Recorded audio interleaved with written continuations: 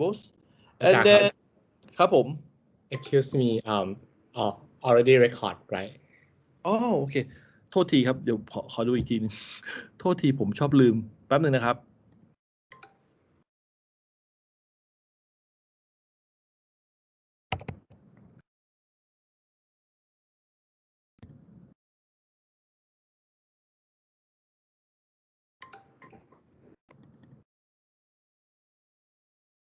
Okay I think already record ขอบคุณมากครับ sorry for interrupt นะครับ no problem no problem thank you very much for asking me because sometimes I forgot okay so yeah for the firm people in these levels operational levels we have the largest number of people and then middle management will be the middle one and then the smallest number of people will be in the senior management levels. Oh, by the way, what's their job? What's their job? What senior management do? We have senior management, middle management, and then middle management. What do they do? What senior management do? What's their role? Their role create the vision. Yes, they create a vision, mission of the firm, right? They set a target. Let's say, set target of the firm, right? Suppose, okay, we want to be number one in selling some food, right? So that's the target. So that's senior management. They set the target of the firm. They set the direction of the firm. And then it will be the middle management people will try to come up with strategy, with ways to achieve the goal that's set out by senior management, right?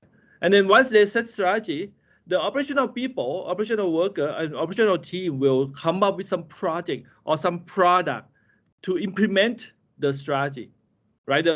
So set out vision, come up with strategy, and then this group of people, they implement the strategy through different projects, different product that come out from a company in order to satisfy the strategy, and then which is the goal is to reach or to comply with the goal that's set out by the senior management. Okay, so that's the role, and then that's the hierarchy of the people inside the firm. Okay, and then for the firm, not only is hierarchy based, is also separate by the different business functions. Okay, these are example of the common business function inside the firm. Okay, firm needs usually have, like, of course they have sales and marketing team. Like if the size is big enough, okay, you have sales and marketing team or the department. You have human resources, you have finance, accounting, and then you have manufacturing and production function. Of course, for a small firm, maybe everything will be done by a person, right? But in general, if you are big enough, you try to classify people into different business function or different department. Okay, why? Why do we have to classify or put people in different departments? If you take economics, right, we want specialization, right? We want to group people that have similar type of skill together so we can learn from each other. We can build upon each other knowledge. And then also we can evaluate people better if these are the group of people who have similar skill. So in this case, we know how to evaluate this group of people easily. Okay, so that's why firm separate people into different functions.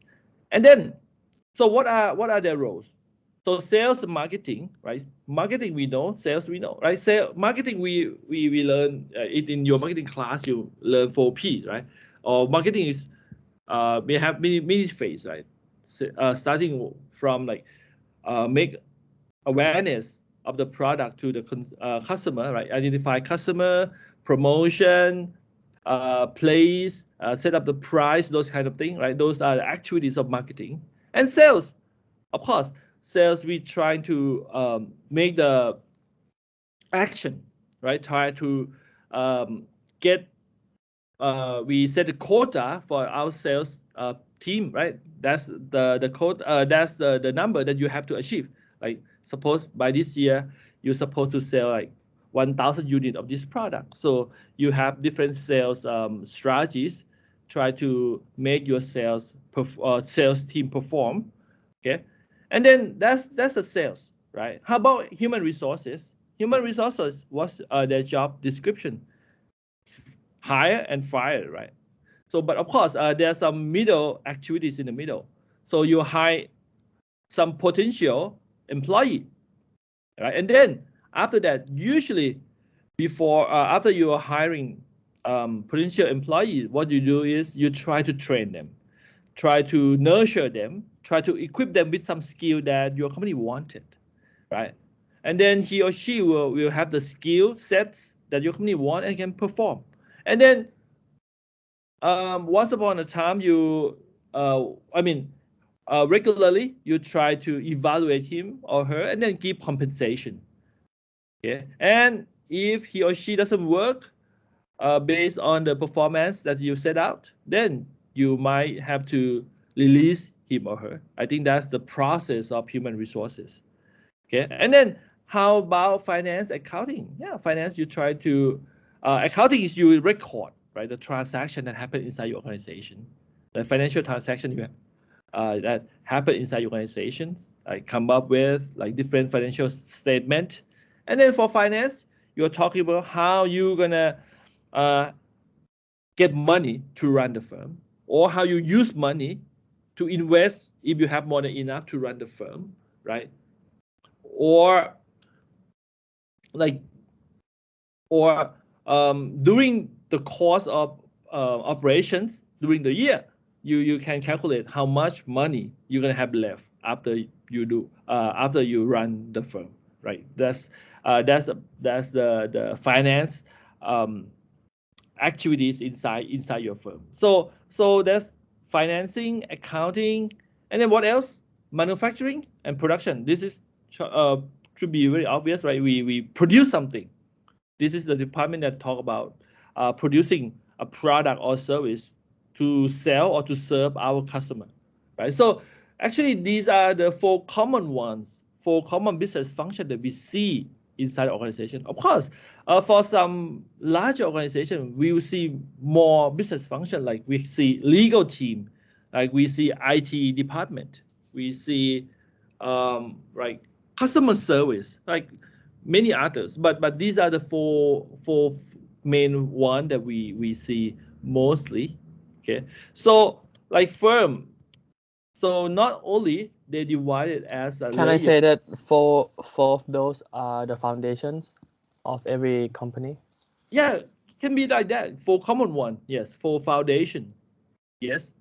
So these are the, so we have people that classify in different levels of management. At the same time, we can classify people into different business function, like for common, okay, or for foundation of the business function inside organization, okay. And also, when we talk about the firm, not only business function, okay, we talk in each firm they have their unique business process as well. Unique business process. What is business process?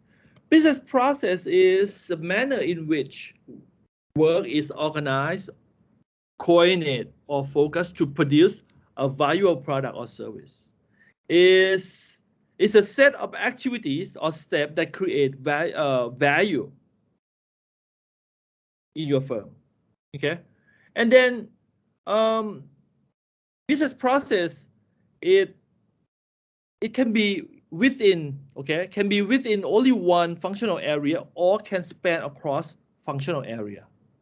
Okay, so let me give you an example of business process. Okay, suppose like if a process, if this is all the business process that occur inside one functional area. Like for example, for manufacturing and then production, okay, functional area, what are business process inside it? Example, like how you assemble the product, right? This one, it should be within the production department or manufacturing department, or check quality, okay, of the product, or processing bill of material is within the manufacturing and production department. And why I say the business process is unique, okay? Because from one company to another company, even though it's the same business process name, but the way they do it could be different.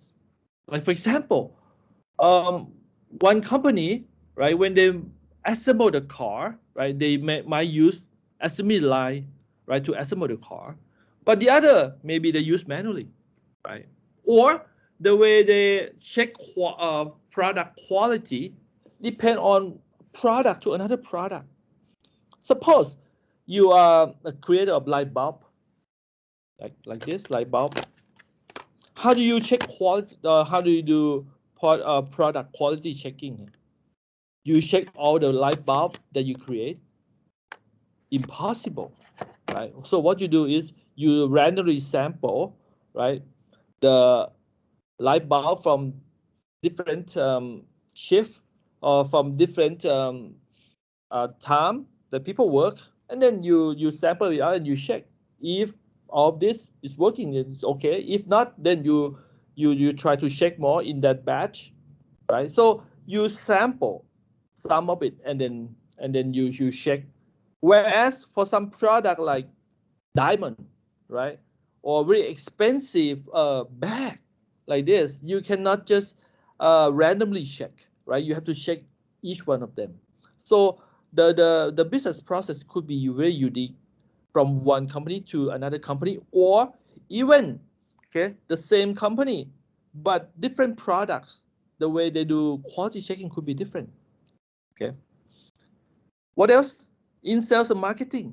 Okay. What are examples of business process in sales and marketing? How you identify your customer, or how you make your customer aware of your product, or how you can sell product could be different, right?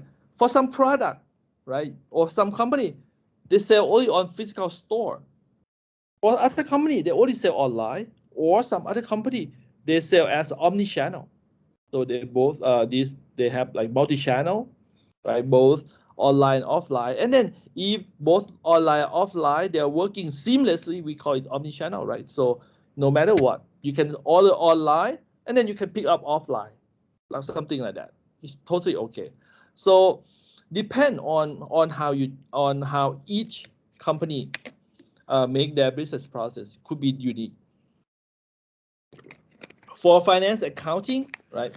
What are different process? Paying creditor. Some company they pay 90 days, within 90 days. Okay, but some company they pay right away because they get some discount if they pay the invoice first.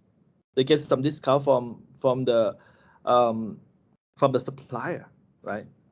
So there are many different ways that you can manage.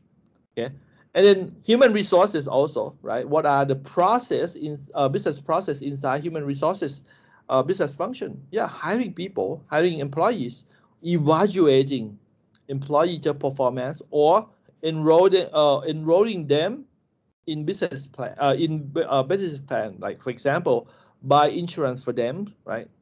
Or try to invest, try to put like the provision fund for them to buy when they to help them to invest, right? Help is a way for help your employee, right, to help to invest money, part of their money into some investment. So once they retire from your company, so they get some return backs, something like that. So these are different examples of the business process that happen in each of the functional area. But of course, there are some business process that a bit more complex that actually require and actually span across many functional area. Like example, like order fulfillment process. So order fulfillment process start when customer order some product from you, and then finish when the customer get the product from you. Okay, so this is a long and then a bit more complex than just the previous slide on the business process on the previous slide. So this one involve more functional area or more department. So let's see how it works. Like for this is what we call as a business process analysis diagram. So the way we draw it, we draw only thing that happen inside the organization. Something outside we don't write. Okay, for example, for this process, it starts with the customer, right? Try to order something. So in this case, we don't write customer. So when we try to analyze the process, we only write something that happened inside the organization. So in this case, we assume that customer initiate this process. So they make a contact with the sales department, right? Usually, when the customer contact, they try to contact with the salesperson. So customer want to make an order, right? So sales. So suppose, let's say this company is selling a machine. Let's do a big thing, like a machine to produce some battery for motorcycle, let's say. So like it might cost like $1 million, okay? Or it can be this order fulfillment process. It looks something like this is a common one. So this is how the common order fulfillment process look like. Okay, can be any type of products look similar. It will look similar. It will look similar. So let's say for a company, for this company, so that sell the machine to produce battery. So the customer contact with salesperson, make an order. So the salesperson generate order, and then try to submit the order. But before they submit to manufacturing department, since this machine is expensive, they send the order before they send the order to manufacturing department. They ask accounting department to check the credit of the customer first, whether the customer can pay for this machine. So if the credit approval pass, okay, then they send, okay, to the order to the manufacturing department, ask them to assemble the product or the machine. Okay, at the same time, okay, they send the invoice, generate and send the invoice to the customer. And then once the product is finished, okay, they ship the product to the customer. So this will complete the order fulfillment process. As you can see here, this process involves 3 different functional areas. So and is require coordination among these 3 different functional areas. Professor, what is generating invoice? Oh, generating invoice is so when you want to build, this is like when you build someone. Invoice is the how can I say? So suppose you buy some product from me, right? So you buy a machine from me. So it's a bill that I write. Okay, you buy this machine is $1 million. So I send this invoice to you. So you are obligated to pay me when you get the machine. So this is the bill that I send to you. That's what we call invoice. So I pay you the money when I receive the product. Depend on the invoice, the term of invoice. Some product you pay when you get it, or some product you pay it first. So it's really depends. So that's why I said it's unique from one product to the other, unique from one company to the other company. It's totally, but for like when you order something online, right? When you order something online, like when you buy a phone or via let's say Shopee, you pay first, okay? But for some machine that's very expensive, you might pay in term, like you pay in installment 1, 2, 3, or in some case you only pay when you get the product and then you see that it's okay, you just pay. So it's really depend. Okay, so invoice is just the bill that they send to you that you're supposed to pay them. Depend on the term that they put, you pay once you receive the product, or you in some situation for the phone, sometimes most of the time you pay first. Okay, so that's why I say order fulfillment process is happen everywhere, huh? For business, but depend on the type of the product or depend on the business process of each company. The way they pay it could be different. Okay. โอเคไหมครับ ขอบคุณครับ ครับผม Okay, so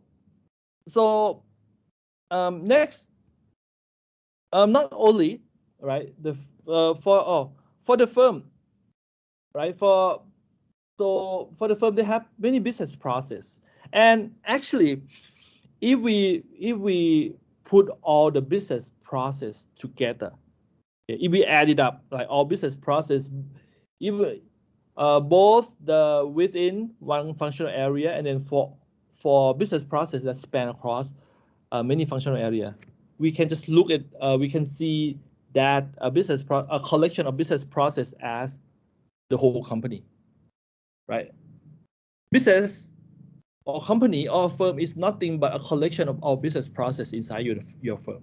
So if your company can manage all those business process well, it can be your asset, right? It can be your asset. But if you cannot manage it well, it can be your liability.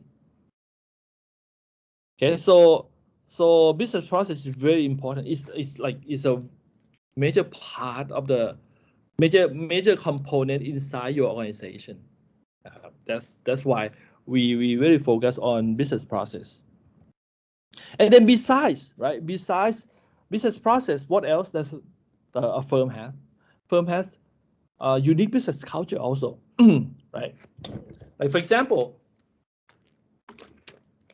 if you work for the bank, right? Because today we talk about bank. If you work for the bank, so what's their business culture in the firm? Like for banks, I mean traditional bank, you need to gain trust from people. So the way people wear the clothes to the bank to work in the bank is usually you wear suit and tie, or at least you wear shirt, slack, right? You have to be neat, especially if you have to meet with your clients.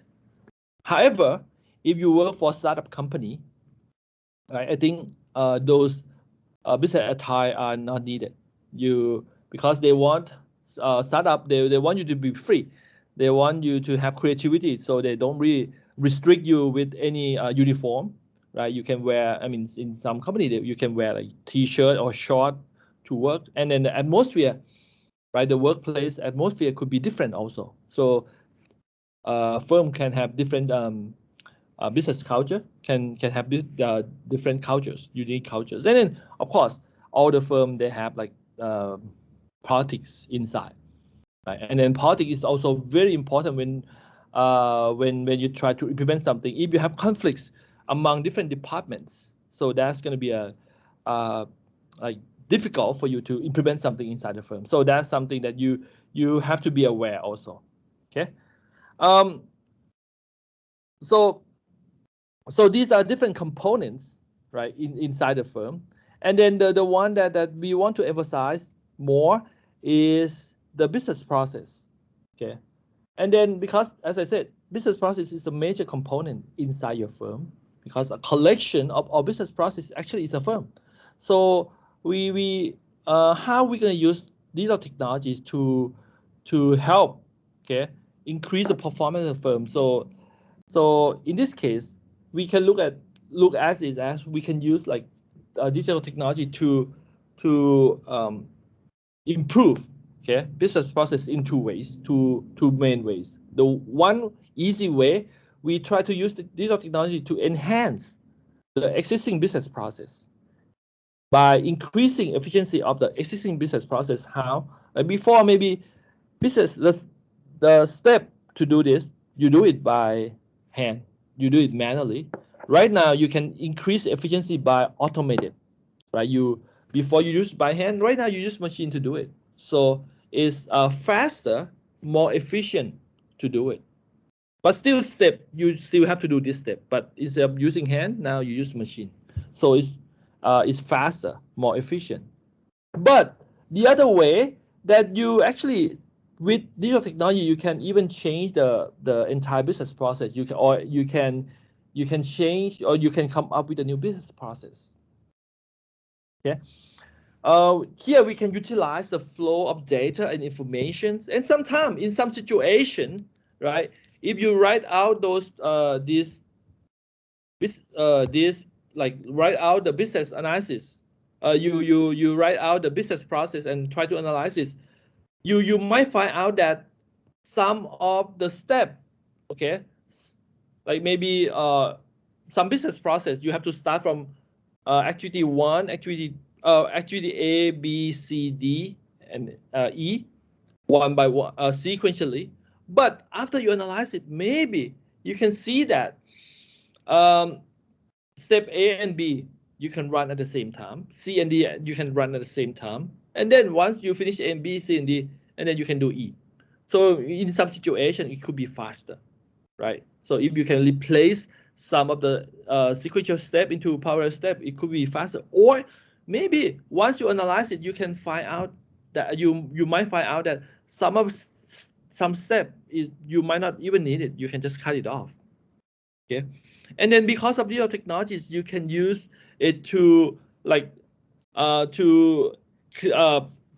eliminate some delay in decision making, which I'll explain a bit later. Like for example, like in some step, you might have you like step 2 and 3, you have to like review the document before you might have you might let people to review the document or review some rules, right, and apply to the document. But here maybe you can use the system, right, to help you verify using the system that you encode into the system. So here you can cut down some of the decision making time. Instead of using people, you can use machine. Or you can use digital technology to come up with new business model. Like before, if we talk about Netflix, right? Before, Netflix is a video rental store, right? The customer have to come, right, borrow, and then come to return. Or sometimes customer have to come and borrow, and then when they return, they send via the post office, right? But right now with the digital technologies, they change their business process from dealing with customer, asking instead of they have to let customer like send the video and everything to them. Now they change business process by providing a streaming platform, right? So customer doesn't have to come to store anymore. And then with the digital technologies and with the cloud computing system that we talked last week, the company doesn't have to hold all the video by themselves. All the content right now, they can rent the space on Amazon Web Service as a cloud service. So whenever right now customer want to order something from them or want to watch something from their platform, right? They just direct, like the system just directed to pull out the video from Amazon Web Service and then stream to customer home. So they bypass everything. So like with digital technologies, it provide new business model. Or like Amazon, right? They change business, like they have this new business model, right? They move from the physical physical marketplace to the e-marketplace, right? So that right now they are the largest like market in the world in terms of the number of the product that sell on their platform, and also in terms of the sales that they generate as well. So that's the how digital technology have effect on business process. In the past, like if we talk, if here I just want to show you how the firm use technology in the past, and then I will show you in the next slide how right now they use it in the common way. So in the past, as I told you, the firm they classify people into different levels of management, senior management levels, middle management level, and then the middle management levels, as well as divided into four fundamental, right, four common functional area. And then in the past, to help managing the data and managing the process faster and better. In the past, like for each department like this, okay, they have their own operating system. They have their own information systems. Like for example, for sales and marketing, in the operational levels, they have the system called auto processing system. Okay, so okay, let me backtrack just a bit. Sorry. So for each levels, okay, in the past, for each levels of people, they have the system to help support them.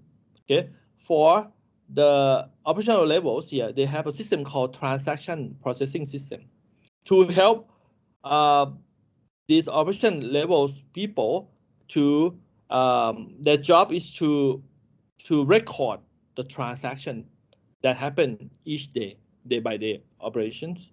And then for management levels, they have a system called MIS, Management Information Systems, and then decision support system to help them make decision better. Okay, and then for the senior management levels, they have executive support system to help senior management try to make answer some strategic question for the firm. Okay, so for each levels, they have their own system to support it. And then not only for each levels, for each functional area, they also have a separate information system that they use for each functional area. Like for example, for the sales and marketing, for the sales and marketing in the operational levels, they have like they might have like ordering sales and ordering processing system that we can classify as a transaction processing system. So what's the system that we use in sales and marketing? Like if we think about like 7-Elevens, what's the system that they use to keep track of the transaction that happened? The cashier the cashier system, or sometimes we call POS, the point of sales. Whenever you go and bring the product to cashier, they scan. Every time they scan, that's how they record your transactions. So at the end of the day, they sum it up and then they send to the main system, the headquarter, right? That's the ordering, the sales and order processing system for 7-Elevens or for the convenience store. How about for HR department?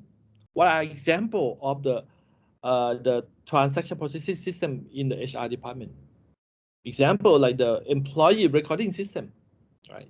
So how a particular company record the employee working time. Yeah, simple. They might have like the finger scanner, right? So every time like 8 a.m. in the morning, you scan your fingers, and then maybe 5 or 6 p.m. you scan one more time. So that's how they record the transaction that happened inside for the HR department, right? So then that's so in the past we have different system for each department, and then for each levels of management. Okay, but as you can see, it's pretty much for in the past we have so many systems, and some systems they don't talk to each other, so they need coordination between each department, which is very difficult. Okay, so in some situation, if you don't have good coordination, it might create some delay or some errors, or it might create some inefficiency when you try to respond to your customer needs. Okay, so as a result, more and more right now we move away from difference of many systems into a architecture that we call enterprise architecture. In this case, okay, instead we have a separate one for each department or each levels of management. We try to combine, okay, and make it into enterprise application.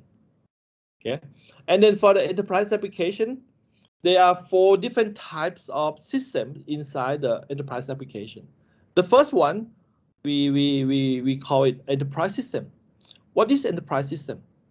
Enterprise system is a system that link all the functional area together. Right now, all the functional area use only one single enterprise system. Okay, and then all these functional area, they are linked by a one common database. So everyone see the same thing. Before they have each one have their own system, right? They understand each when in some of the information they might record 2 times or 3 times. Like for example, for the sales for the order processing, they might have the customer data, right? And then production department, they might have customer data also, right? When they're trying to send, like suppose when the customer when the department finish the product and try to send to the customer, they need the customer information. What if the customer information here and here is different? So they might send to the wrong location. Okay, suppose like when the sales when the customer calls salesperson in this process, when customer calls sales and call to this customer and they say, okay, I want to change the location of the shipment of the machine to new location. Suppose sales forget or didn't contact manufacturing department fast enough, so they might ship the product already. So in this case, customer get the product in different location. So in this case, if they don't have good coordination, so that can create problems inside the organization. So that's why right now we have a system like this that help coordinate all internal, right, all internal process inside the firm. So this system we call enterprise system. So this system, as I said, it coordinate all the internal process of all departments inside the firm, and it connected via the common database. They use the same database, and the way they did it is everyone log into the same system. When you have it, you update the data into the system. So now, if the customer want to ask about the status of the product that they order, like the machine that they order, sales doesn't have to call and ask from the production department. They can just log into the system and then they can see the status, because like manufacturing and production department, they have to keep updating the status of the machine in the system every day. So in this case, they don't have to call and ask. So just the sales department just just log in and then check the status. So customer can know the status right away. Or even better, if customer right now more and more system, right, you don't have to call. You can just log into the application or the World Wide Web, right, and then check on the World Wide Web to see the status of your product. You can do much easier right now, because the reason the reason that we can do is because we have this enterprise system, everything in the same system. Okay. So That's the first example of the enterprise application. The second example of an enterprise application is supply chain management systems. So what is this? Why do we need it? Organization. When they want to manufacture something, they need raw material from the suppliers. Okay, how can you make sure that this is the supplier that you deal with is a good supplier, so that they can supply the raw material to you on time and then at cheaper cost?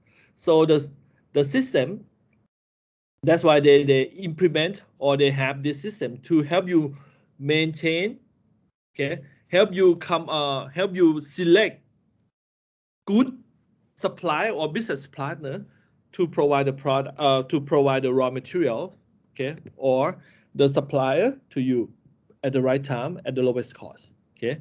And another one that into the category of enterprise application is a customer relationship management system, or CRM. I think you might have heard, okay. So this is a system that help you manage the relationship with your distributor or your customer. Why? Because you want to understand, okay? You want to understand more about your customer. The way you understand more about your customer is you collect data with them. You try to build a relationship with them so that in the future, if you come up with new product, okay, new things that your customer might need, you can upsell or you can cross-sell the product. Or if you know that your customer behavior, you can you can do upsells. Like suppose you know that they're gonna buy the toothpaste from you every month, like one toothpaste per month. So in this case, you can do like upsell, like you can bundle it, like 3-pack for the price of 2 and try to sell to your customer. Or you can, you know that your customer always buy product A, and then based on their past purchase behavior, this customer could buy product B also. So in this case, you can combine product A and B together and try to sell to your customer. So this thing we call cross-selling, okay. And lastly, okay, we have something called knowledge management system. So in this, what's knowledge management system? Why do we need it? Okay, one of the reasons why we need knowledge management system is we have to find way to retain the knowledge inside organizations, because in many cases knowledge gone with the employee. Okay, some knowledge just go on with the employee when the employee leave the company, because other companies like maybe pay him or her at higher salary. So usually, suppose when HR, right, hire someone, right, and then that employee is good, and then he or she stay with the company for 2 or 3 years, gain knowledge, gain experience, right, gain relationship with the customer. But all of a sudden, new competitor want him or her, they pay more. So once he's gone, if you don't retain the knowledge, if you don't try to ask him to stay, him or her to stay, then he or she, when he leave with the knowledge. So how are we gonna gain that knowledge? So the company have ways to try to extract the knowledge from him through different system. An example like this could be Q&A system, right? Try to ask, okay, if this happened, what you gonna reply to the customer, and then put it into the system like this. Okay, so whenever you new employee, when they encounter with this problem, so you don't have to go ask this person, and if this person gone, then you cannot answer. So but if we have the system to maintain the knowledge like this, whenever the customer have similar problem, we can just log into the system and get the answer to the customer right away. Or we can use this system to as a way to train new employee as well. So right now, more and more larger organization they have like they try to come up with this knowledge management system also. So they help training their employee much faster, and then also help retain the knowledge inside organization, so they can support the customer better, and then even inside the organization themselves, if like employee have some problems, so in this case they can look into this knowledge management system and get the answer. Okay, so it's 2:40 right now, so let's take a break, and then we have 2 more presentation, and then I'll talk more. Okay, and I'll explain about the projects a little bit. Okay, thank you.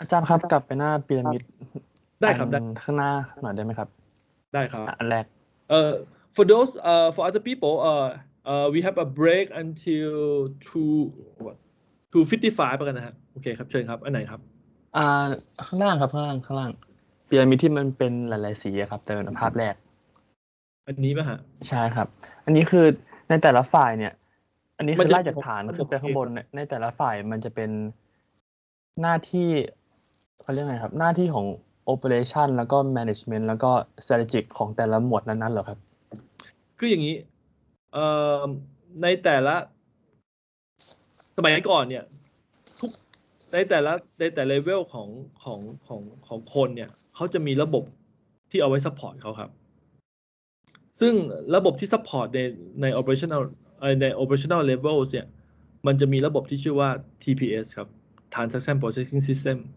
ถ้า support พวก management level เนี่ยมันจะมีระบบที่เรียกว่า MIS กับเรียกว่า Decision Support System ส่วนระบบที่เอาไว้ support senior management level เนี่ยเราจะมีระบบที่เรียกว่า executive support system ครับสมัยก่อนเนี่ยเวลาแบ่งมันจะมีระบบแบบนี้เลยระบบที่เอาไว้ใช้เฉพาะพวก senior management ระบบที่เอาไว้ใช้สำหรับ middle management แล้วก็ระบบที่เอาไว้ใช้สำหรับ operational management จะเป็นระบบแบบนี้แล้วทีนี้เนี่ยตัวระบบของตัวทีนี้ในแต่ละเลเวลเนี่ยมันก็จะมีระบบต่างหากของมันอีกว่าเพราะในแต่ละเลเวลเนี่ยมันก็จะมีหลายๆ department ถูกไหมจะมี sales and marketing department จะมี manufacturing department จะมี finance จะมี human resource ครับซึ่งใน human resource department เนี่ยไอตัว TPS เนี่ยมันเรียกว่า employee recording ตัวอย่างแล้วกันเรียกว่าตัวอย่างของตัว TPS ที่ใช้อยู่ใน operational levels ของ human resource ก็คือไอตัว employee record keepingถ้าเป็น TPS ของ finance ก็อย่างเช่นพวก payroll ระบบ payroll ระบบ account payment ระบบ account payable หรือว่าถ้าเป็นระบบอยู่ในระบบ TPS ของ manufacturing ก็อย่างเป็นพวก material movement control ระบบพวกควบคุมmaterial ระบบควบคุมสินค้าต่างๆอะไรเงี้ยถ้าเป็นระบบTPS ของ sales and marketing พวกเนี่ย order หรือ sales อะไรเงี้ยระบบเซลล์ระบบ POS อะไรเงี้ยครับ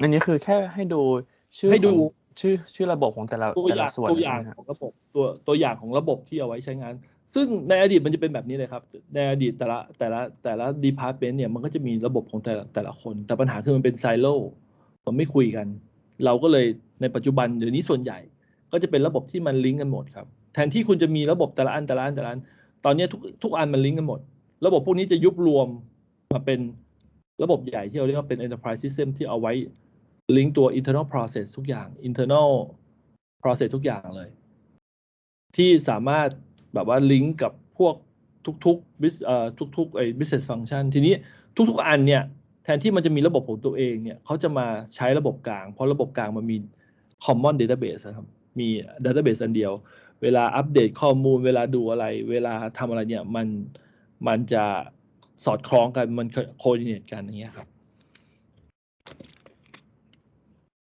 แล้วไอ้พวก CRM knowledge management system แล้วก็ supply chain พวกนี้คือที่เอาไว้ระบบเอาไว้ลิงก์ภายนอกไงฮะก็คือเพราะไอ้ตัว CRM ไอ้ตัว supply chain ก็คือระบบที่เอาไว้จัดการบริหารจัดการ supplier ของเรา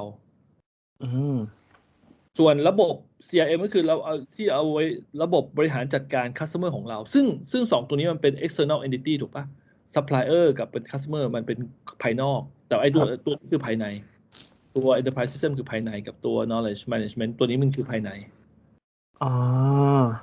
อันนี้คือภายนอกเพราะองค์กรเราเนี่ยเราแน่นอนเรา manage องค์กรข้างในเราด้วยแต่ว่าเราก็ต้องติดต่อคนข้างนอกซึ่งเป็นคนที่เป็นคน provide ไอ้ตัว raw material ให้เราในการที่จะผลิตสินค้าหรือบริการเพื่อที่เอาไปนำเสนอให้ลูกค้าเราทีนี้ในตัวลูกค้าเราก็มีการจัดการเขาเหมือนกันว่าจะทำยังไงให้ลูกค้าได้รับสินค้าหรือบริการที่ดีที่สุดหรือลูกค้า complain เราจะ manage เขายังไงหรือเราจะทำยังไงให้เข้าใจ customer มากที่สุดเพื่อในอนาคตเราจะอะไรเนี่ยเราจะโดยที่4ฝ่ายก็ช่วยกันใช่ไหมครับใช่ครับพวกข้อมูลทั้งหมดเนี่ยมันต้องมาข้อมูลทั้งหมดมันต้องมาจากภายในแล้วก็ค่อยเอาไปลิงก์กับภายนอกครับทั้งหมดคุยกันหมดครับเพื่อที่จะไปคุยแล้วก็ข้อมูลทุกอย่างเนี่ยแล้วก็เอาไปคุยกับข้างนอกเพราะว่าทั้ง4ฝ่ายเนี่ยมันแชร์ข้อมูลกันหมดไงถูกไหมมันจะแชร์ข้อมูลกันหมดทำให้เราสามารถคุยกับ customer ได้ครับคุยรู้เรื่องเพราะสมัยก่อนเนี่ย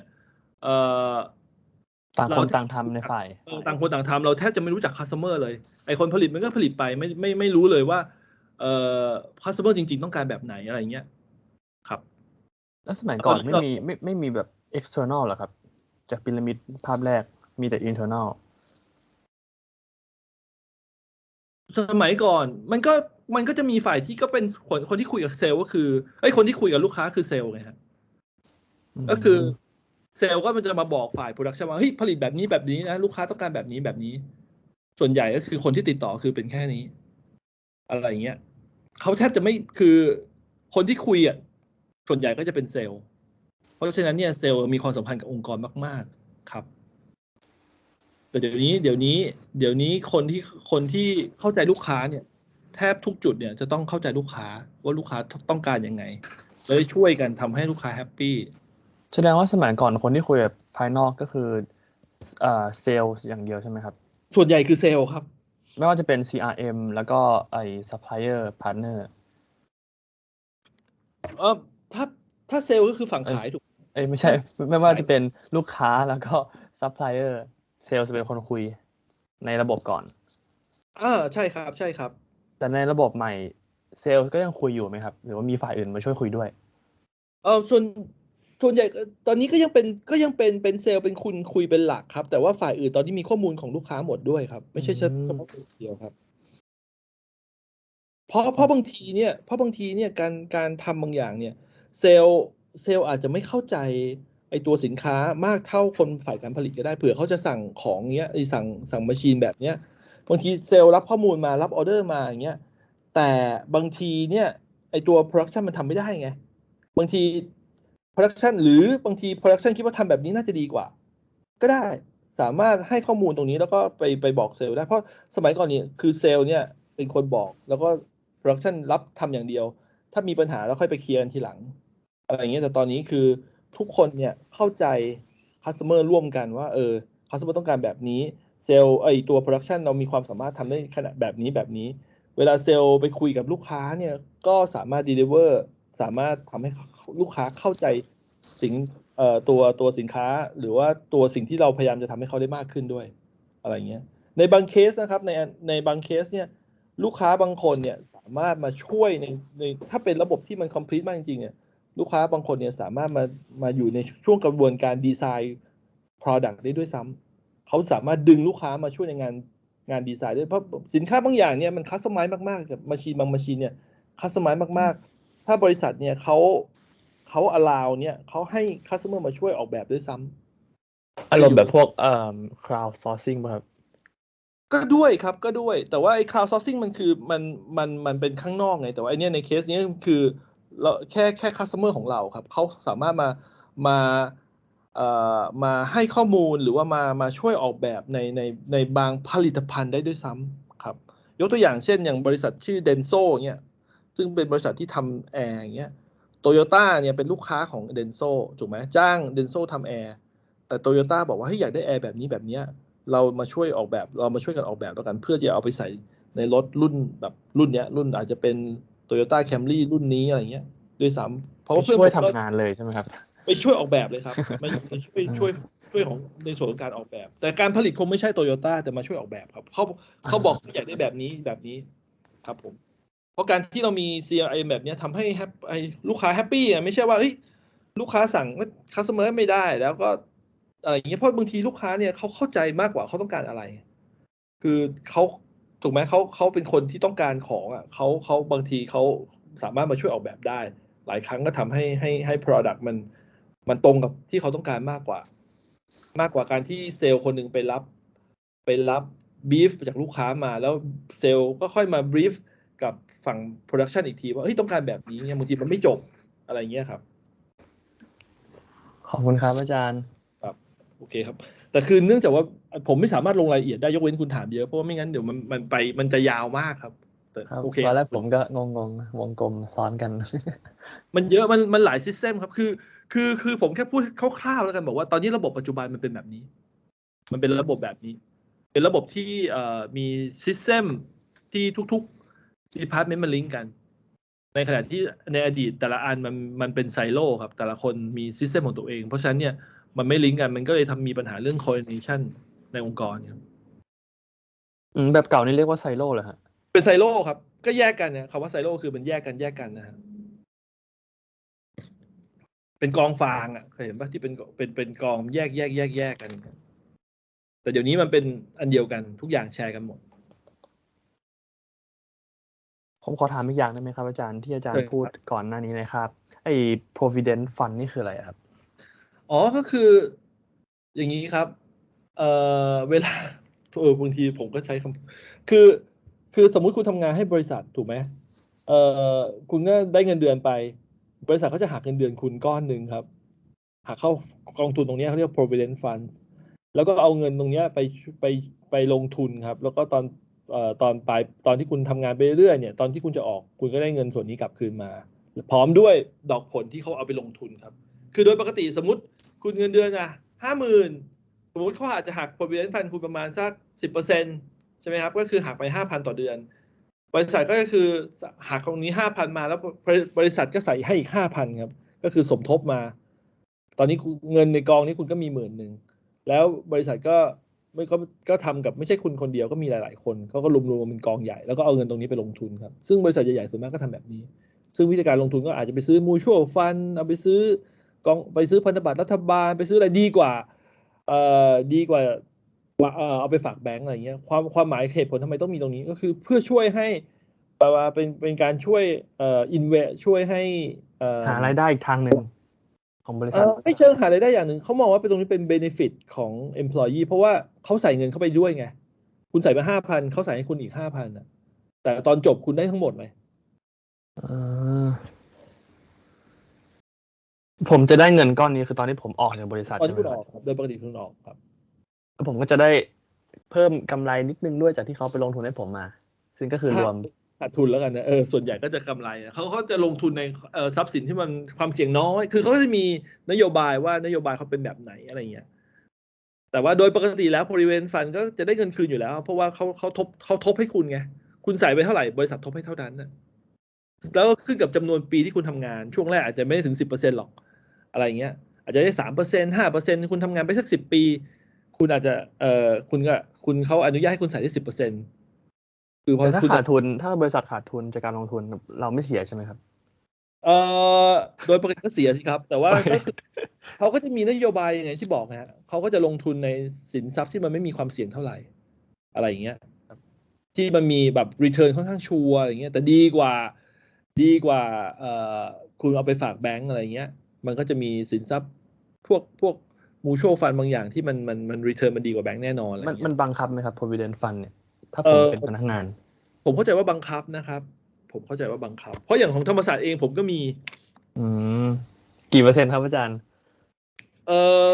ของผมกี่เปอร์เซ็นต์วะ5%มั้งถ้าผมจำไม่ผิดนะผมไม่ได้ดูอ่ะเพราะผมเงินเดือนน้อยเพราะว่าเขาก็หักไปผมก็แทบไม่ได้ดูเลยแต่มันก็จะมีรีพอร์ตมาทุกปีทุกปีอ่ะว่าตอนนี้เป็นยังไงอะไรเงี้ยครับ ฝ่าย finance ก็คือดูแลเรื่องนี้ใช่ไหมฮะ ใช่อันนี้ก็คือมันก็เป็นสเต็ปไงพวกนี้มันลิงก์กันหมดอย่างที่บอกไอ้คนที่หักเงินคือ HR แต่ว่าคนที่เอาไปลงทุนคือ finance โอเคครับเก็ตครับ ไหมครับ แต่ ขอ ว่า บคุณครับอาจารย์ ไม่งั้นมันจะยาวครับมันคุยได้เรื่องนี้แต่ว่าจริงๆผมเคยบอกให้คณะบอกว่าวิชานี้มันควรจะเป็นวิชาทั้งปี3ปี4เพราะว่าคุณจะได้เข้าใจทุกๆbusiness function ของเฟิร์มครับคุณจะได้เวลาคุยมันได้คุยสนุกขึ้นมันจะคุยง่ายขึ้นอย่างเงี้ยครับแต่ว่าคนที่หักเงินเนี่ยคือ HR ครับเพราะว่ามันรีพอร์ตจะมาจากฝ่าย HR แต่ว่าถามว่าเอาไปลงทุนอะไร HR ไม่รู้หรอกต้องเป็นฝ่าย finance ครับผมโอเคงั้นเดี๋ยวเราเบรกแป๊บนึงกันเดี๋ยว ขอบคุณครับ ครับ กลับมากี่โมงนะครับ จริงๆ55นี่แหละกลับมาป่ะ อาจารย์คะหนูขอลองแชร์สไลด์ได้ไหมคะ ได้อย่างผมขอเบรกสัก5 นาทีอย่างนั้นเอา so let's start at what time is it now let's start at 3 okay let give me 5 more minutes sorry งั้นบ่าย 3นะครับ let's start at 3 sorry about that so you can try to share your screen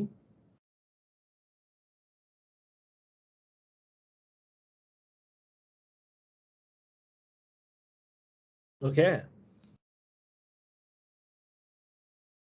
ไหนลองเปิดสกรีนหน่อยก็ได้ครับ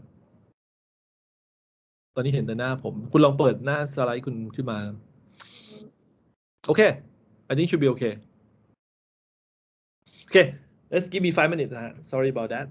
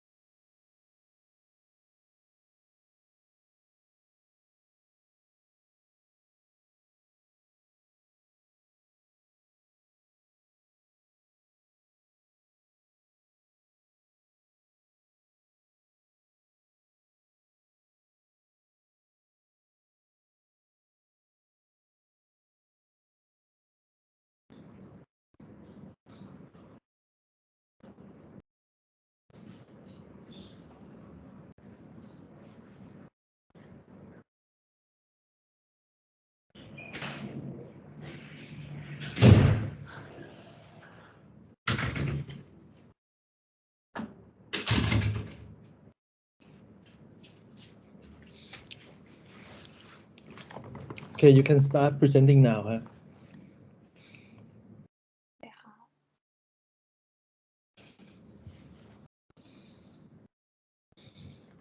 Can you see the screen?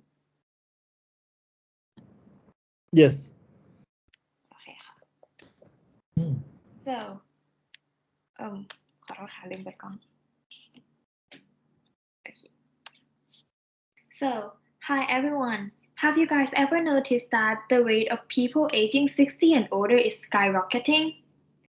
According to the graph I am presenting on the screen right now is the statistics, revealing that approximately 17.5% of the Chinese people are 60 and older, and in the next 10 years, the number will jump to 25%. So, what are the methods China has came up with in order to alter the world into an elderly community?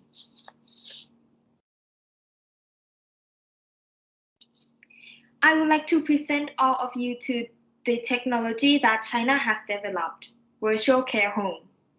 Talking briefly about this, most of you may know that elderly love being at home so much, but most of them are being left in their home care when their kids are not able to stay with them at home. Hence, this virtual care home will let the elderly stay at home safely, and their kids will be able to track when something happens. With the virtual care home, some gadgets are required to be used. First, the watch, which will record the performance of the person, similar to the Apple Watch, keeping records of your heart rate, oxygen level, and how many steps you have walked today.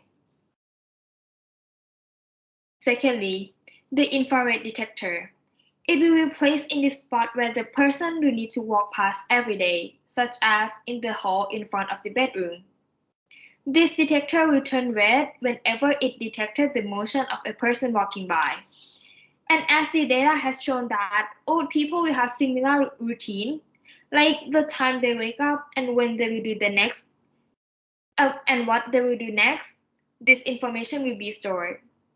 So, whenever that the central hub notifies that the sensor did not detect the motion of the person, or the timing is unusual, the staff nearby will be in charge immediately.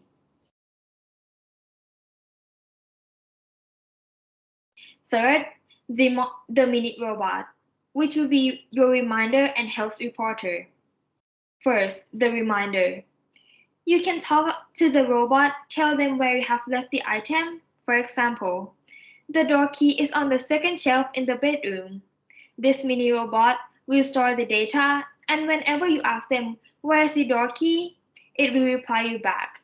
The door key is on the second shelf in the bedroom. And the another thing is that it is being linked with the watch, so you can ask them for the health report, and it will tell you the number and also whether the range of the number is normal. And not only for those gadgets available for the virtual care home, there are also other services including cleaning, doctor visit, and food delivery. For the cleaning, there are some people who are not able to help themselves. The cleaner will visit regularly to help them with the cleaning and other things they may need, like the grocery shopping. Moreover, as the customers for the home care are old people, there will also be doctors visiting them and look after them if they have got any sickness. And in the emergency cases, they are ready to take care of you. And lastly, food delivery. The customers can call to the call center and tell them what they want to eat. They can even request the restaurant they want. And then the only thing they need to do is to wait for the food, pay for it, and enjoy it.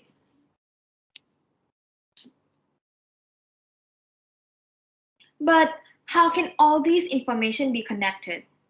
It is all about the digital technology. All the data will be sent to the central hub and later being stored, which this includes their health report, the infrared detector, doctor checkups, and even the menu they often order. So, in case of the emergency, they can easily track for what happened, how to treat them, and also what they have ate. Therefore, to end this up, I would say that this virtual care home is one of the examples for the digital technology that is being presented in the modern world. And finally, leaving all of you with this discussion question. One day, if this technology is being presented in Thailand, would you be interested in it or not? Thank you.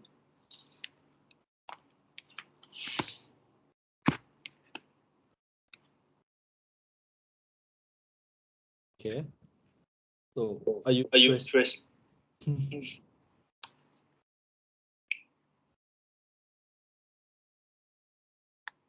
Yes, of course, I would love to. But what about the cost? Is it going to be like that expensive or not?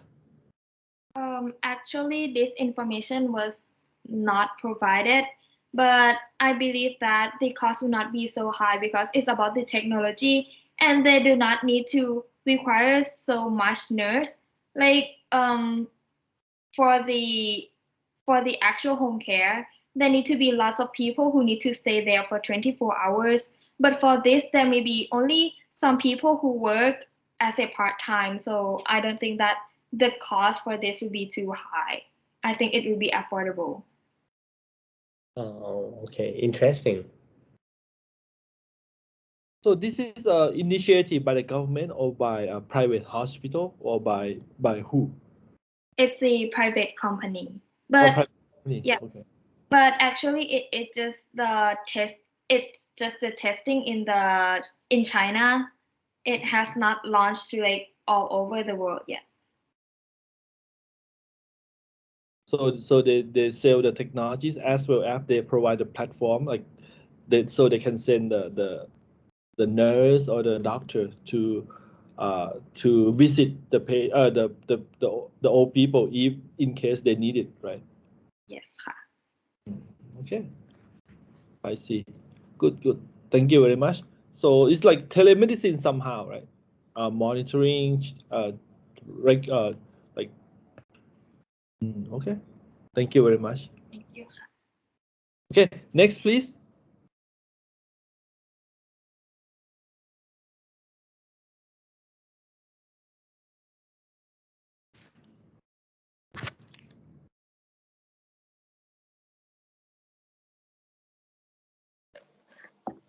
I don't know when my turn is. Is it mine or? Yes, I think you because you're doing instead of your friend, right? Yeah. You switch it. Okay. Yeah. Okay. I'm just share my screen.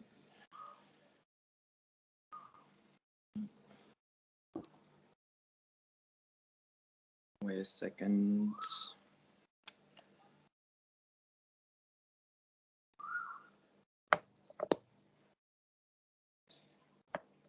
Okay.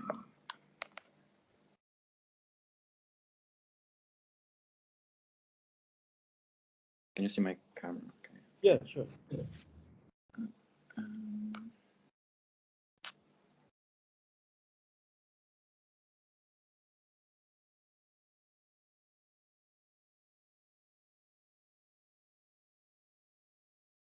Can you see my screen right now? This is coming up. Yes. Can you see it? Yes. Okay. So hi everyone. Today I'm gonna talk about NFTs. Just by raising your hand, does someone is some of you ever heard of NFT or do you own some? Yeah, wait.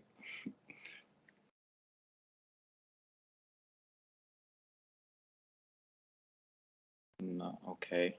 See some people know about it. I know someone talked about it for the game DeFi. So I'm gonna talk about it. So I'm gonna start with some basic definitions. So NFT means non-fungible token. So basically, it's a digital contract, also called a smart contract, that is on the blockchain. So you can own and sell pretty much everything from art to music or experiences, physical objects, and so on. What is a smart contract? smart contracts are simply programs stored on the blockchain. They typically are used to automate the execution of an agreement so that all participants can immediately be certain of the outcome without any intermediaries' involvement or time loss. So now you're probably wondering, what's the blockchain? Well, it's a system of recording information in a way that that makes it difficult or impossible to change, hack, or cheat to the system. A blockchain is essentially a digital ledger of transactions that is duplicated and distributed across the entire network of computer systems. So each and every NFTs are unique. That's why they are called non-fungible. You can't copy it because of the smart contract, as I said.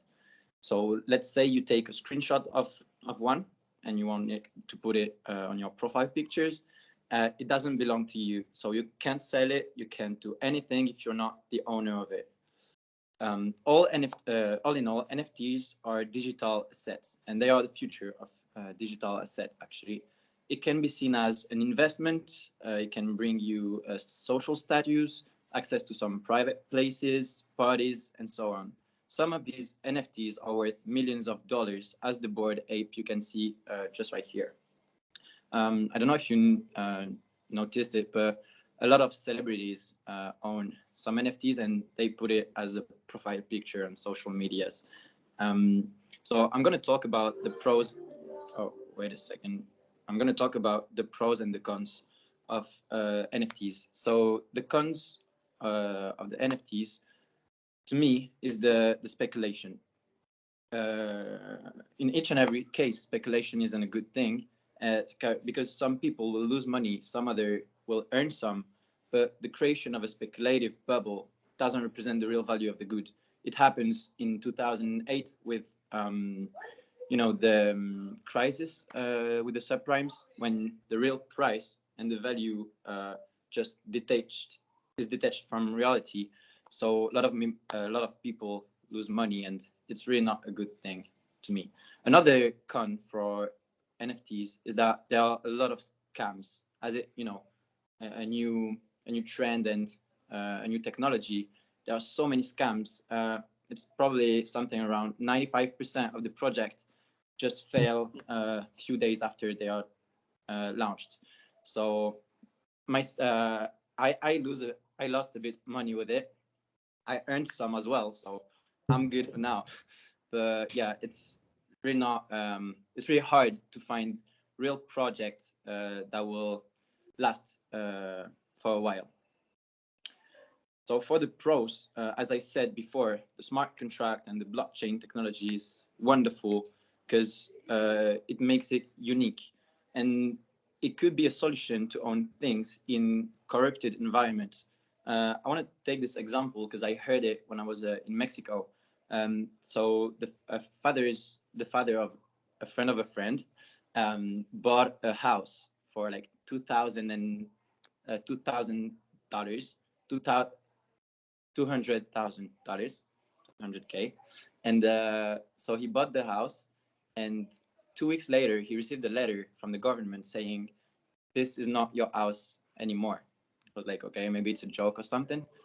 But 1 week after, the police came to his house to get him out of the house.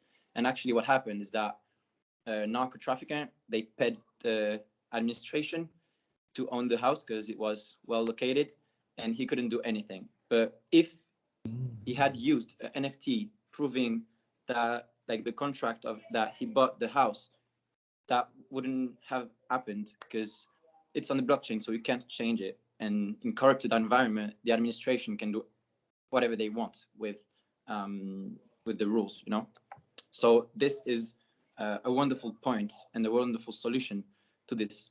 It could be also a solution for fair remuneration. I don't know if you know about the music industry, but a lot of artists, they are, I don't know how to say it, but the label and everything, they take advantage of the artists that they manage. Mm-hmm.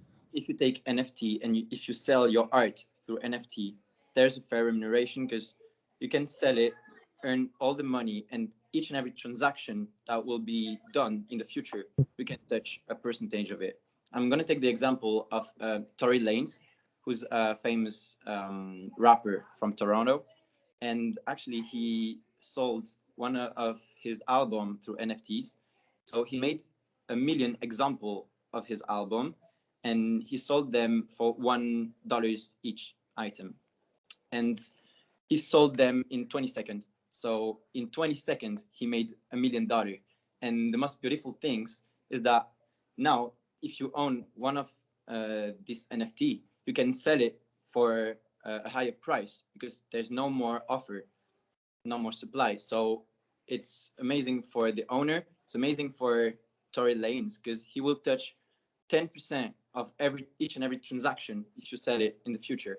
So it's just a win and win, transfer, and it's amazing for this. So I think that's it. I want to conclude by saying that, yeah, NFTs are wonderful and they are going to change a lot of things. Don't know if you know Gary Vee. He's a famous entrepreneur, American entrepreneur as well, and he just opened a restaurant. And you can access the restaurant only if you own an NFT from the restaurant. So it's getting more and more popular. There are a lot of startups launching NFTs to for real estate. As I said, this is on the way in Europe. I don't know in America yet, but in Europe it's on its way. Even for degrees, it can be for pretty much everything. Recipes, art, as I said. So it's really a wonderful thing, and kids made millions thanks to it because they flip it. They buy an NFT project and they wait 1 week, they resell it just a week after, and sometimes it took you can multiply the price per 10, 100, 1,000. It's really, really variable, but you can make a lot of money with it. So my question is, would you buy an NFT and why?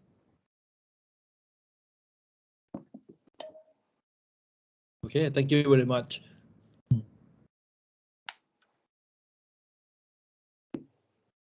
I So think anyone- not right now, but in the future, maybe, because before the arrival of NFT, the artist industry in Thai is very, very downturn. People fade themselves away from art, and many artists who draw the pictures, they don't have enough income to live their life. So after the arrival of NFT, I think if the artists catch up with the technologies, they see many opportunities from the NFT, and yeah, I'm pretty sure that they will gain a lot of money from this kind of technologies. Well, presentation. Thank you. Thanks. But I think it's the same as crypto. The earlier you buy an NFT, the more you will have some chance to multiply your investment. So yeah, you can wait, but the earlier you buy one, the earlier, more you have chance to make money. Oh, just for more information, is there any risks associated to buying NFT? Any what? Risks? Rivers? Oh, No. release.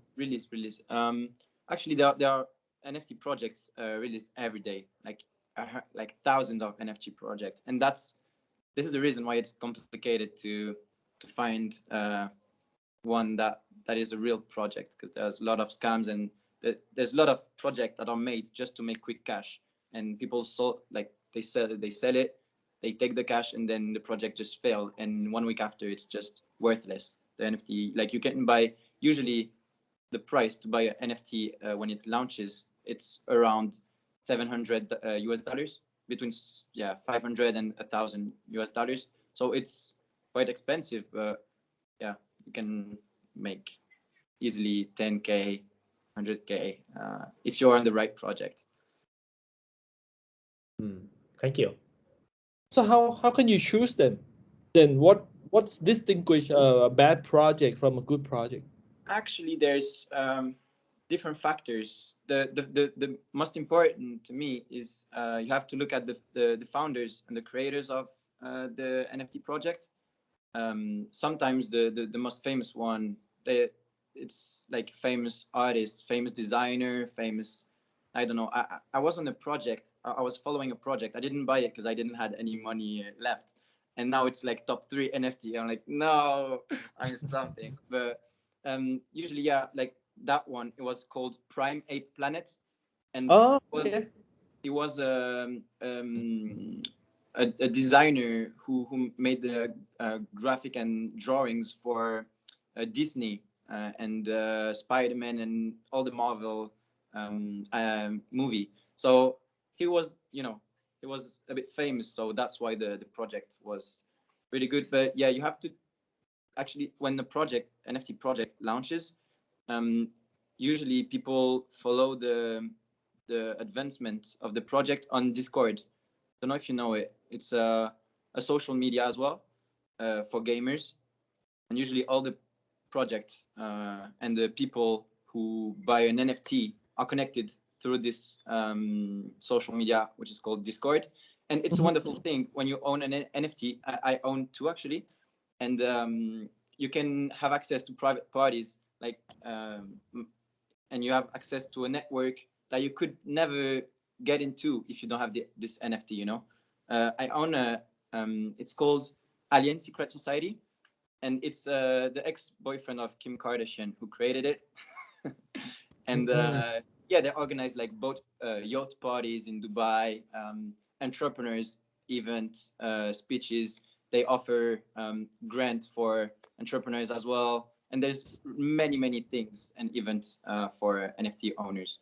So it's really a good thing, and this NFT gives us access to all the VIP part of the Super Bowl, the Soccer World Cup, and all these huge events. You can just get into VIP, have VIP access to this if you own an NFT. This NFT. I see. Okay. Thank you very much. Very interesting. Yeah, and yeah. Okay, thank you. I think as you mentioned, some of my friends, one of my friends on my Facebook friends, he bought this one. He bought this one. Actually, and he put this worth hundreds of thousands. Yeah, I think he bought this for like 157 Ethereum. Yeah, it's wow. I think that's what he posted on that day. 157 Ethereum. Yeah. But it's the price of a house. With this, you can buy a house, a beautiful house. For just a picture. I think he posted. It's crazy. Once he got it, he posted. Like. Yeah, but now it's becoming like, yeah, if you want an NFT, then your social status is higher and everything. I mean, yeah. I think he posted 150 something, if I remember correctly, the other day. Which is a lot, but of course he's pretty rich. He's pretty rich. Yeah, but if you buy a Bored Ape, yeah, of course. Okay. So yeah, let's go back quick, and then I just try to do this thing quick, and then I explain you about the project, and then we are done for today. So just quick, just to tie in this with the impact, right? We talk about how we can use digital technologies on organization, and then just want to talk about the impact on the structure of the organization. So like in economics, okay, in economic literature, we are saying that the digital technologies have impact on organization based on 2 different causes. Like one, we call it transaction cost. It helps reduce the transaction costs. So what is transaction cost, and why we in economic literature, why do we care? So in economic literature, they said if you are organization, if you are a firm, especially a firm, you want to reduce this transaction costs. What's the transaction cost? It's a cost that you have to go into the market to find some raw materials. Let me backtrack a little bit. Okay, so if you are a manufacturing firm, if you are a firm to produce some product, let's say like if you want to produce like a computer to sell, like you are HP, you are Compaq, or if you are Lenovo, try to sell a computer. So the goal of the firm, the firm in the past, what they'll have to do is you have to find ways to reduce your transaction costs. So the way that you can reduce on the transaction cost is you have to be able to manufacture everything by yourself. So in that case, you don't have to go out in the market and find the suppliers to supply your product, to supply all the raw materials. Okay, because if you have to go out in the market and to try to find all the raw materials, then it incurs some cost to you. So the cost to go out and find and search for the correct or the good supplier, it incurs some cost, or the cost to negotiate or coordinate or communicate with them in order to find a good one, and then the cost to make sure that they send the materials, the raw materials, or the supplier to your company on time, that you want to that you can manufacture the final product and send to the customer on time. That's also the cost that associate when you have to get the raw material from someone else. Okay, but so in economics, so so how can we reduce this cost? But if we don't go into the market like this, what's going to happen to the firm? If we don't buy the raw material from the suppliers, what you have to do as a firm if you want to sell the computer? Then you yourself have to have like small company, and then or you have to expand your business to come up with all those raw materials. And the problem is the size of your company going to get bigger and bigger, going to grow bigger and bigger, which is not good also. So how you can maintain the size of your company? So in this case, you have to be able to reduce this transaction cost, which this transaction cost in the past is very expensive. In order to find a very good supplier or partner, it's very expensive. In the past, you have to go through this process. You have to like open like directory books, call up, go visit the factories to check about the quality, everything. It's very expensive of this transaction cost to locate good supplier. But right now, I think all this process you can do it online, much easier. You have website to compare all these costs, or you can even use Alibaba, which is an e-marketplace for the B2B market. Suppose you want to find like suppliers to supply your process, your like memory or your hard disk. Like right now, you can use these internet tools to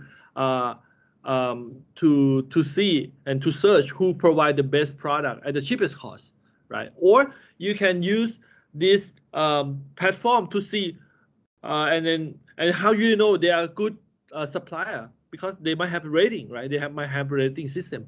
So the cost is going to be much cheaper than in the past when you're trying to go into the market and try to get suppliers. And as a result, you in this case you don't have to build everything by yourself. You don't have to create everything by yourself. So your company can be smaller. So in a sense, in this case, you can outsource. Like you can get this. You don't have to do everything by yourself. You do you buy it from other people, let's say. And then the reason you can do all these things because digital technology can allow you to do this. Okay. So it helps reduce this transaction cost, and as a result, your size, the firm size, gonna be, you can maintain the size of the firm. You don't have to go big. Okay. Another one that have impact on the organization is another cost is, we call it agency cost. What is agency cost in economics as well? Okay. It look at the firm as a nexus of contract, okay, among self-interest party that requires supervising rather than a unifying profit and maximize entity. So actually, in agency cost theory in economics, they look at people as different parties that have different interests. And in the firm, they classify people into two types. One they call a principal or owner, okay, and the other type is agent or employee. So in a sense, a principal or owner employ agents to work on his or her behalf, right? The principal or owner, he hired, right, agent to do something on his or her behalf. And then agent, and then principal owners, their interest, what's the owner goal? What's the owner interest? Owner goal is to do profit maximization, right? When you set up a firm or company, you want to do profit maximization. How about agent or employee? So when you go out and work for a big firm, big company, what's your goal? You want firm to maximize profit? Maybe not. Promotion? Right? Yeah, your goal is to promotion, or you get high salary. You get some job benefit. Like for example, they provide you with very good car. They give you they pay for the rent for you, right? Or if you have kids, they send your kid to good university that's very expensive. So that's what you want, right? I think that's usually what employee want. A bonus, right? That's what you want. So these two entities, they have different different interests. So how you as the principal owner can make sure that the agent or employee work on your behalf, not on his or her behalf. So in this case, you need constant supervision and management. How? So suppose you are like the owner, and then you have like 2 people to work on your company. Of course, you have time to spend monitor these 2 people. But what if you have 100, you have 1,000 people? How are you going to manage or supervise all these people? So in this case, what you're going to do is you have to create layers of manager to monitor this group of employee. So as you have more people, you have to have more layers of more layers of management. And what's the problem with that? When you have more people, then it's more cost to your company. So this cost of monitoring and then supervising, this cost we call it agency cost. Okay, and it will grow as the size of the firm grow. Okay, so how we can use digital technologies to reduce this cost? Of course, right now I think we can use this technology to reduce this cost a lot. Like for example, like if you're a company, how you can make sure that your employee come to work on time and leave on time? We use technologies before, right? Suppose if you go back to university, what you have to do, they will for every class, they will the university have the staff to check your name. Okay, at night you come in, so every time they check your name. Or for me, suppose for other company, they will hire someone to do the timestamp for you. But right now with the technology, you can have like finger scanner. So you come at 8, leave at 6. They have timestamp. So they have the scanner system. So in this case, they don't have to hire people to do the job. Okay. Or if you take a look like in like banks, like or other company, why they have CCTV? Yeah, of course, one reason for them is for security purpose, but for other reason is to supervise people also, to make sure that you work on the company's behalf, not on your behalf. Like you don't play games or you don't do Facebook. Or why company install application like to monitor you, like to monitor you, like what you are using on your computer. They have application that is on any of computer of the company computer. Now they can track what you are doing. Then they can know what you are doing. So in that, these kind of technologies allow the company to monitor people easier than in the past. In the past, they have to hire more people, right? Hire different layers of manager to do the job. But right now, they can get it off those layers. Okay, and then so doing this way, it allows the company to increase in terms of capability, but you don't really have to increase the levels of management. Okay, because you can use technology to replace these costs. Okay, and as a result, as a result of the transaction cost reduced, and then the agency costs can be reduced via digital technologies.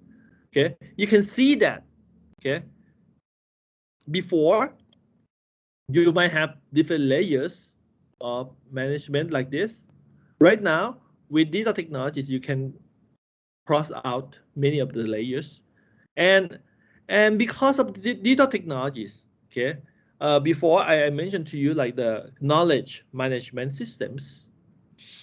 Okay, before, suppose this is how. Sorry.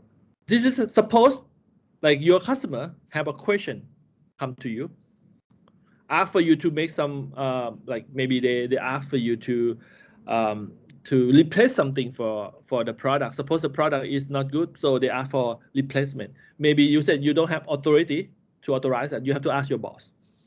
Then so maybe this person doesn't have authority. You have to go ask the boss. Go up until this person, okay, yes, you can let your customer to exchange and get the new product, okay, new one.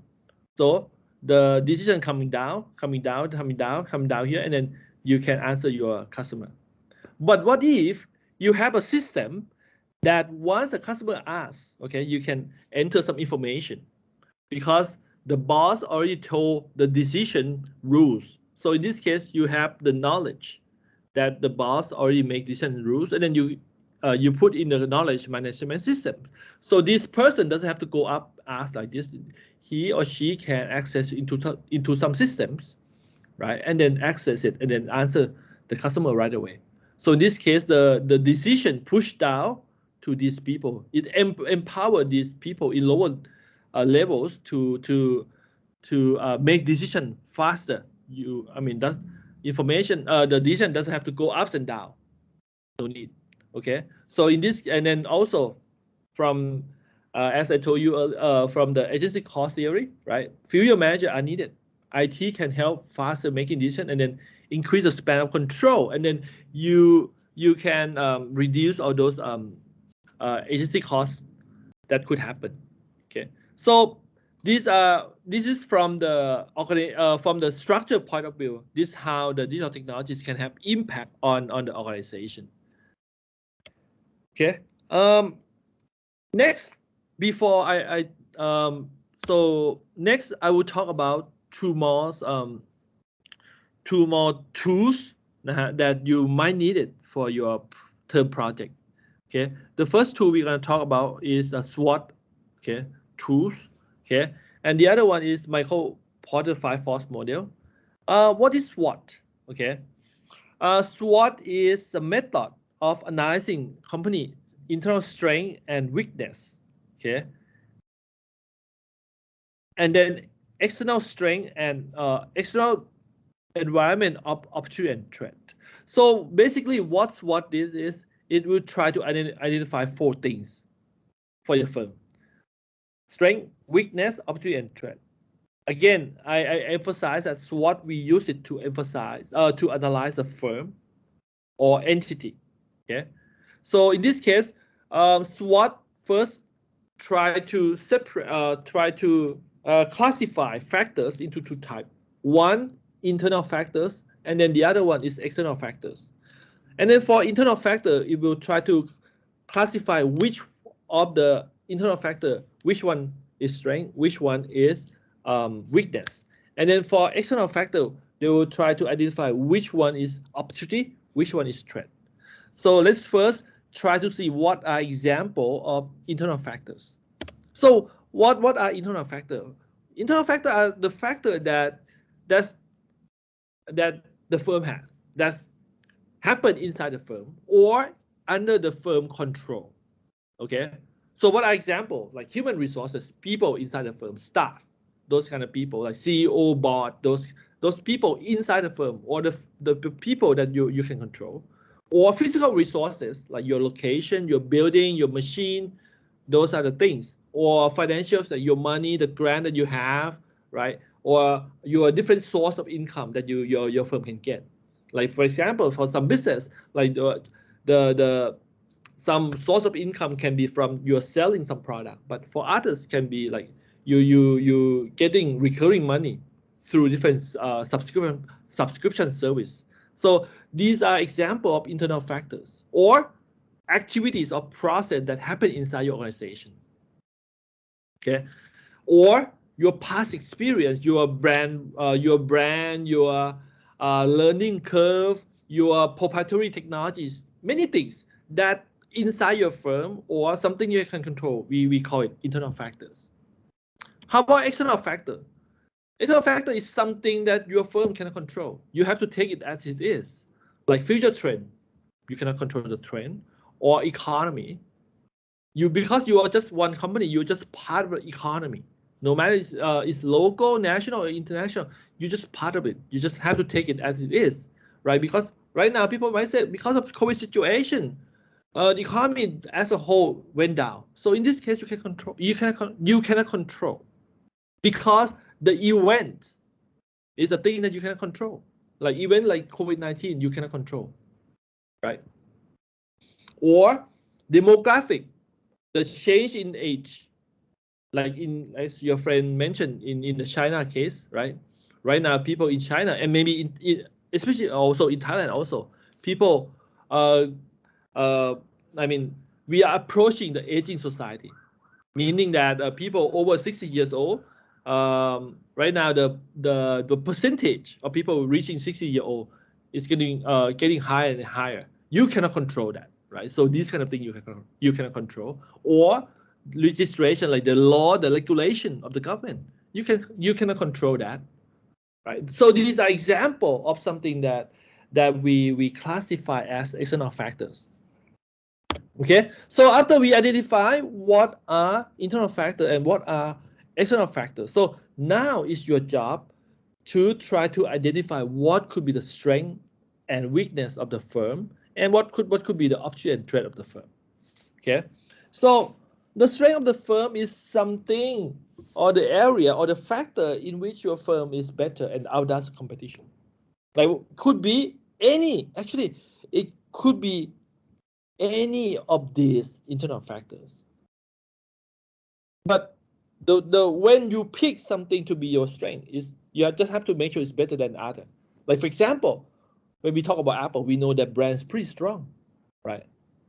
The brand is pretty strong. So brand royalty, right? Brand recognition is that's the strength of Apple, right? How about Walmart? What's the strength of Walmart? Cost, low cost, right? They can manage the cost very well. When we think about Walmart, that's the strength of Walmart. Okay. How about weakness? Weakness is something that is a problem of your firm. Something that you perform worse than your competitor. What are examples of that? Like maybe your company is maybe very good at brand, but the problem is when people go work it, the work experience not so good. There a lot of high employee turnover. Once they go there, maybe they have a lot of pressure, so they leave the office quite often. Okay, or in some situation, even though you can produce the product very quick, but the product that come out is maybe the quality is not so good. People have to come and then return the product all the time.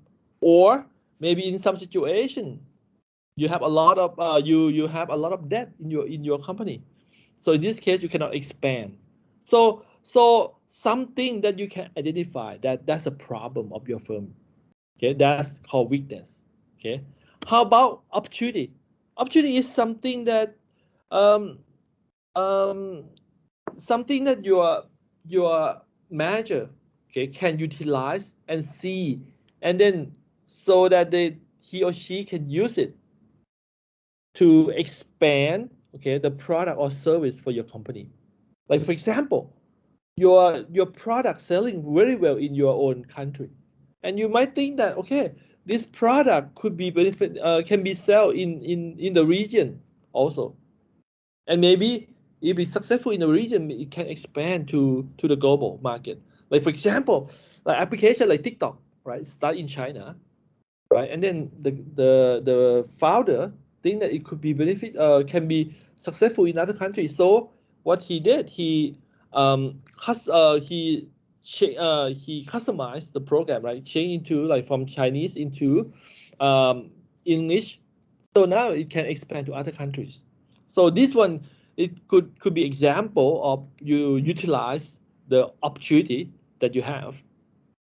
You utilize the product that you have, and then you can expand to other market. Or some product like again like Apple, right? They have good brand, right? People trust in Apple brand, so they start from a computer company. Right now, they can expand to many other product lines like very successful like iPhone, iPad, and right now they have Apple Watch, which I think they are number one in the smartwatch market. Why people buy product from Apple? Because they trust in Apple brand, right? So in this case, they can use their brand, they can utilize the brand, and then make this an opportunity to expand the product line, and then can capture more revenue for the company. Yeah. So that's an example of opportunity. Okay. How about threat? Threat are the factors that can hurt your business. Okay. So example like rapidly increasing costs, or I mean the example of the threat that majority of the business that are facing right now, I think the high price of gasoline, because gasoline is we can classify as like the fundamental cause of all majority of our business, right? Because we can I mean all of the majority I think of business, they have to use oil, they have to use gas somehow, gasoline somehow. Okay, so once this thing increase, everything increase in price, in the cost. So this could be a trend, right? Or changing of demographic, right? People are getting older faster, right? In some businesses, it's bad for them. Or government change their regulations. Maybe some business doing very well in this country, but if you want to adopt these technologies and then have it in other countries, it might not work. Other same business, same company, work in one country might not work in other countries. Like in the case of Facebook and Google, right?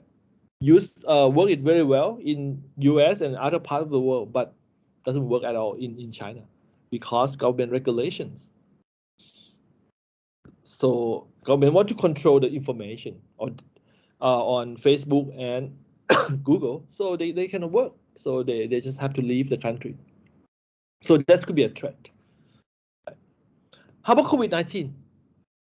So if I ask you, what's COVID-19? Is it a threat? Or is what? So actually COVID-19, it can be a threat, or at the same time it could be opportunity, right? It depends on the company that you analyze. So when you do this, before you are saying something as a threat or or an opportunity, you have to identify first what company are you analyzing. So COVID-19, if you are a restaurant, of course, it's a threat. If you are a hotel, it definitely is a threat. But let's say if you are running a Zoom application, it definitely is opportunity for your firm, right, to expand. As you can see, many more people use Zoom right now, and then the CEO of Zoom is getting richer and richer, right? And others like Netflix also, right, is a good opportunity for Netflix because of COVID situation, there's a lot of subscriber. There's a lot of new subscriber for this platform as well. So to say something is a threat or is an opportunity is really depend on the company. Same thing as strength and weakness as well. Okay, so the way I do it, or the way the team when we go give a consultant on when we analyze the we do the SWOT for company. So usually we give them a cheat sheet like this. We give them a checklist. So you don't have to think everything by yourself. So you can just do the checklist and then see whether this strong brand name, is it possible to be the strength of your company or the company that you are interested to analyze. And same thing with others, like poor management system, could it be, or inadequate systems, could it be, or then you can use this checklist. Okay, so you don't have to do everything by yourself. So that's very, so for SWOT analysis, I think if you understand how to analyze it and then you have some checklists, I think it's gonna be easier for you to do so. And then when you do the SWOT analysis, you don't have to include everything. You don't have to include everything. Just pick few ones that you can see that's the big thing for that particular company. Like 2 or 3 should be enough for each item here. For each item here, 2 or 3 I think is enough.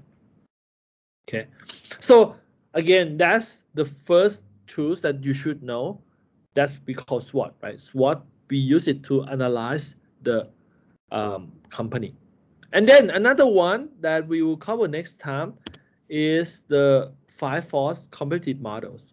This one we use it to analyze the industry as a whole, because it have not only the firm, it have to evaluate, okay, new market entrants, okay, substitute product, customer, supplier, as well as a competitor.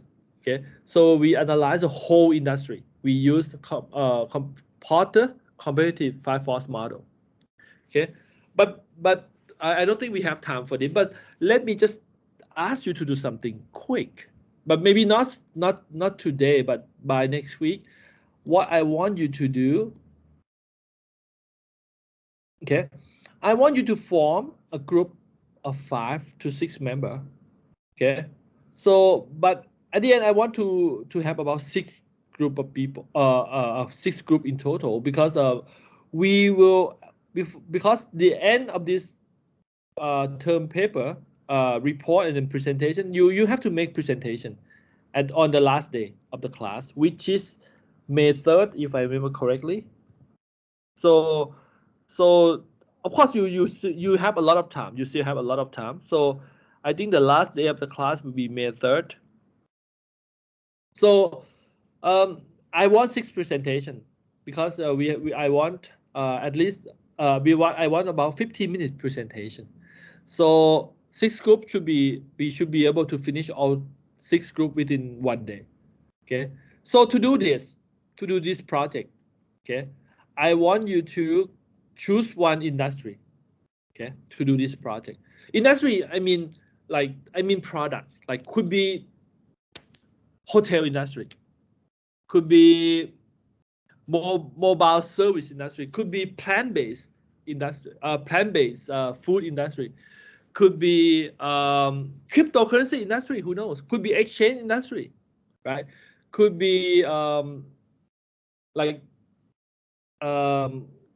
could be carbonated, like Coca-Cola, like Coca-Cola is a specific company, like could be like the soda company, right, could be fast food industry. Like I want industry, like, but I don't want a company yet. I want industry first. Okay, so after you choose the industry, then you will have to analyze the industry using the 5 force competitive model, which I will teach you next week. Okay, but I will later on, I already posted, okay, the guideline how to analyze already. So it's in here.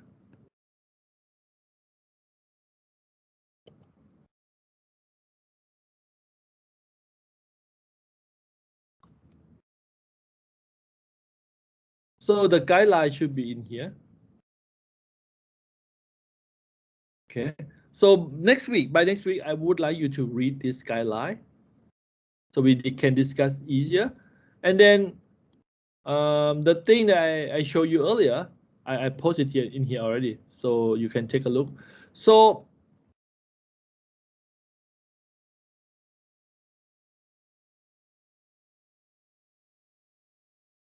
what I want you to do again, right? I want you to form a group of 5 to 6 people.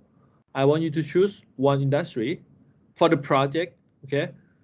But for next week, not only you form 5 to 6 members of your groups.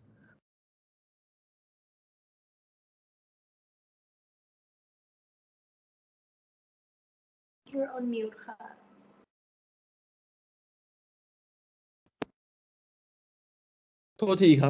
Somehow I muted. So by next week, I want you to form a group of 5 to 6 members. But instead of you choose one industry, maybe I want you to choose 2 industry. Why 2? But you have to do only one. But pick and come up with 2 industry first by next week. Why? Because I want every group to have different industry. So at least you come up with each group, we come up with 2 industries, so I can pick so that we will not have the same industry. Because the goal is not only let you try to analyze with your own industry, but also for other industry you didn't have to do it. You can just learn from your friends group. So that's why I asked you to come up with 2. So I will pick at the end, and then you will have only 1, okay, at the end. Okay, so after you know the industry, by next week you will know the industry that you have to analyze. So you analyze it using the 5 force model. Okay, and then after that, okay, another part is you pick one firm in that industry, and then analyze the firm. The way you analyze is just common, right? You start with the company background, current situation, what kind of challenge they are facing, and then recommendation, strategy, adjustment regarding to the current situation and the challenge the firm facing. So how you're gonna, after you find out their weakness, the problem or the challenge, you come up with some recommendations or some adjustment to mitigate those problems. Okay, so this part you can use like SWOT to help. Okay, so and then there are 2 things that you have to give me at the end of the semester. So one is a not more than 15 pages report, okay, and then 15-minute presentation, okay, and then you have some Q&A session after that. And then for the presentation criteria, I look for content when you analyze it, right? I look for organization, coherence, and creativity. So it can be any form of presentation, totally okay. Speaking skill, what I mean is you just have to be prepared a bit. You don't have to read from your notes. You can have the notes, right? But just to help you remember the point, but you should not read everything from your notes. So, but I'm a speaker. You don't have to get all 6 people to present. I think 3 should be enough. Okay, so I think 3, 4 should be okay. But each person should have same amount of time. I mean, similar amount of time to present. Okay, and then timeliness. So I give you 15 minutes. Okay, and then response. Question responsiveness. Like, I mean, when someone asks you a question, you should be able to think on the feet and then try to answer the questions. Okay, so I mean, this is roughly the criteria I'm looking for. Okay, so yeah, what you have to do, go back, or if you have time, you in the breakout class, you can form a team, come up with for each group 2 industry, and then you tell me next time. Okay, and if possible, read on this thing also, so we can read this document, industry analysis, so we can talk in the class more next week. Okay, I think about 4 p.m. already, so let's stop for today. I'll see you next week. Thank you.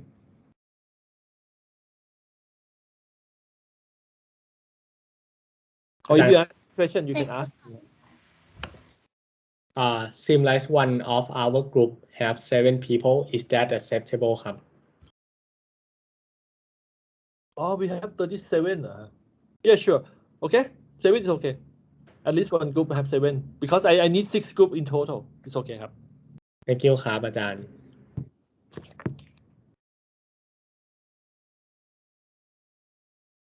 okay I'll see you next week ครับขอบคุณครับ